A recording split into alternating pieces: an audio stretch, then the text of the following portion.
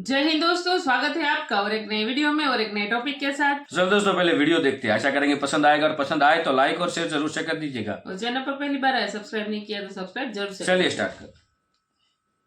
हम उनसे लड़ना नहीं चाहते, हम नहीं लड़ना चाहते। आप जानते हैं कि पाकिस्तान इस वक्त किसी किस्म की लड़ाई अफोर्ड नहीं कर सकता।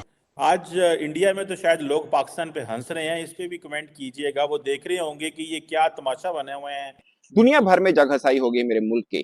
और मैं एक ऐसे मुल्क में रहता हूं जहां पर बच्चा भी पैदा नहीं होता और उस पर 2.5 लाख रुपए का कर्ज होता है। तार साहब, इस वक्त जो बात की जा रही है वो नवाज शरीफ साहब की स्पीच के ऊपर है। आज अगर मोदी साहब आते हैं तो आज भी ये नारे लगेंगे कि मोदी साहब अब कभी भी नहीं आएंगे, ये अपना ज़हन बना लीजिए आप। भारतीय वज़ीर-ए-आज़म के ऊपर एक स्टेटमेंट दे दी थी, पूरे का पूरा मुल्क हिला के रख दिया था मालदीव में। भारतीयों ने, किसी भारतीय हुकूमत ने कुछ नहीं किया।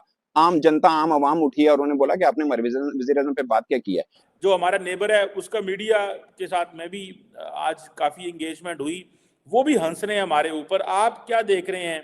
Narendra Modi, doctor Jaishankar, international community कैसे देख रही है? पाकिस्तान पर बैरूनी कर्ज 128 बिलियन डॉलर है और ये वो उस मुल्क की सिचुएशन है जहां पर हम सब एक दूसरे को चोर कह रहे हैं। जब मोदी साहब पाकिस्तान आए थे, आज तक मोदी साहब के साथ रिलेशन बेहतर होते ना तो हमारी कंट्री इस हालात में भी ना होती सर।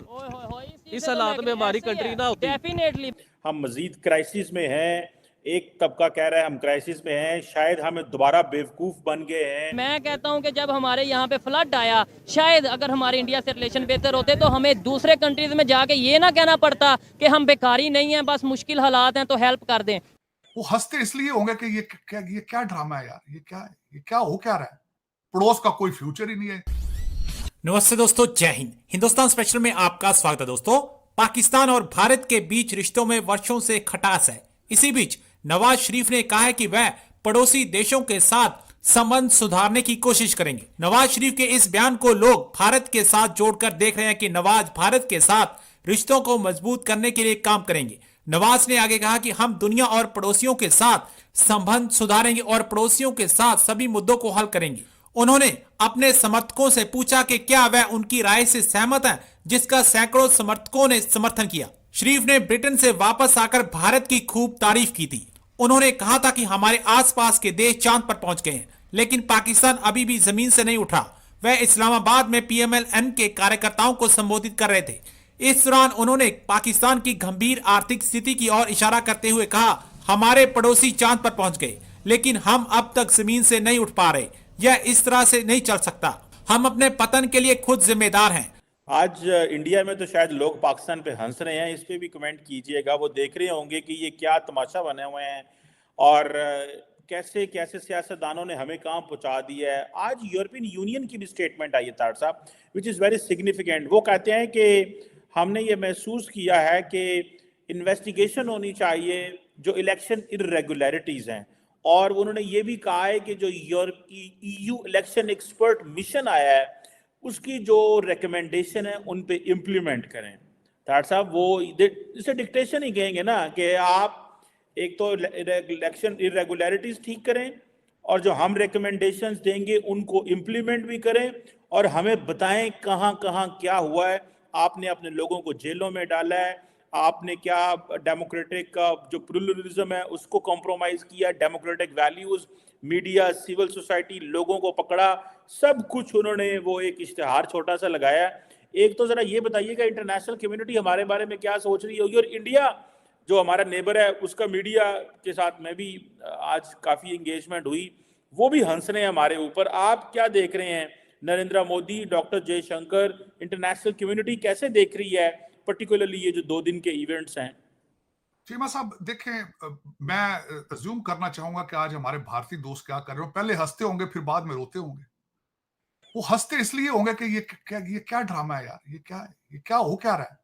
रोते इसलिए होंगे कि हम तरक्कियों पे जा रहे हैं, पड़ोस में आग लगी हुई है, पड़ोस का कोई फ्यूचर ही नहीं है। एक ऐसा कंट्री जिसके साथ हमारा बॉर्डर अटैच है और वो फ्यूचरलेस है, होपलेस है। ये उनकी फीलिंग्स ये होंगी। दूसरा, चीमा साहब, मैं ये बताना चाहूंगा कि इंटरनेशनल मीडिया इसको किस तरह रिपोर्ट करता रहा है। सबसे पहले जब मेरी कल आंख खुली है, जब अर्ली स्टेजेस पे था, मैं बताना चाहूंगा आपको, वो कहते थे वहां सोल्जर ज्यादा है, वोटर कम है। फिर उसके बाद उन्होंने एक हल्का नंबर, कराची का पोलिंग स्टेशन 81 मेंशन किया गया है कि 2 बजे के बाद तक वहां पे पोलिंग स्टार्ट ही नहीं हुई थी। आप ये समझते हैं ना, आपको ये सबसे बड़ा प्रॉब्लम है, पाकिस्तानी ये फराडिये जो है, इनको ये समझते हैं कि सारी दुनिया नाक में रोटियां डाल रही है, हम सबसे ज्यादा स्मार्ट हैं, हमने बेवकूफ, आईएमएफ वाले पैसे देते हैं, हमने इनको बेवकूफ बनाया। ये आपका परसेप्शन आईएमएफ के बारे में ये है। आपके अफसरान, आपके ये जो जितने फराडिये किस्म के, ये कई जो फॉरेन सेक्रेटरी क्वालिफाइड है ऑक्सफोर्ड के और ये सारे हार्वर्ड के, ये समझते हैं हमने आईएमएफ को बेवकूफ बनाया, ये नाक में रोटियां डाल रहे। अगलों ने 81 पोलिंग स्टेशन कराची का मेंशन किया है कल इंटरनेशनल मीडिया पे। फिर उन्होंने कहा कि कई पोलिंग स्टेशन के ऊपर बैलेट ही खत्म हो गए थे। आप ये समझ रहे हैं कि सारा ड्रामा, ये people are not watching it. आप ये समझते नहीं है कि जब आप पासपोर्ट लेके अपना बाहर जाते हो तो थप्पड़ मुंह पे किस तरह पड़ते हैं, क्यों मारते हैं दुनिया, क्यों कहते हैं वो निकाल लेते हैं लाइनों से आपको, कहते हैं इधर आ जाओ भाई, क्यों आज कहते हैं, क्या वजह है? ये वजूहात है।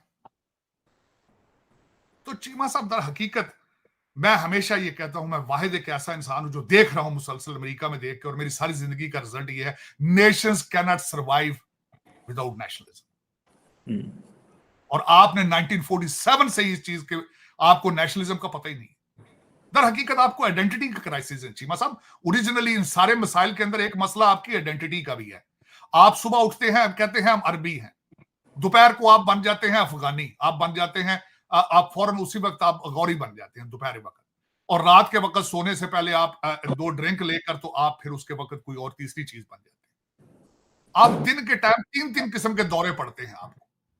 कभी आप फैसलाबाद बना लेते हैं, कभी बच्चों के नाम उसामा बिन लादेन रख देते हैं, और शाम के वक्त 2 ड्रिंक लेकर आप पंजाबी बन जाते हैं। 3 किस्म के दौरे आपको पड़ते हैं। आपको क्राइसिस है इस वक्त चीमा साहब।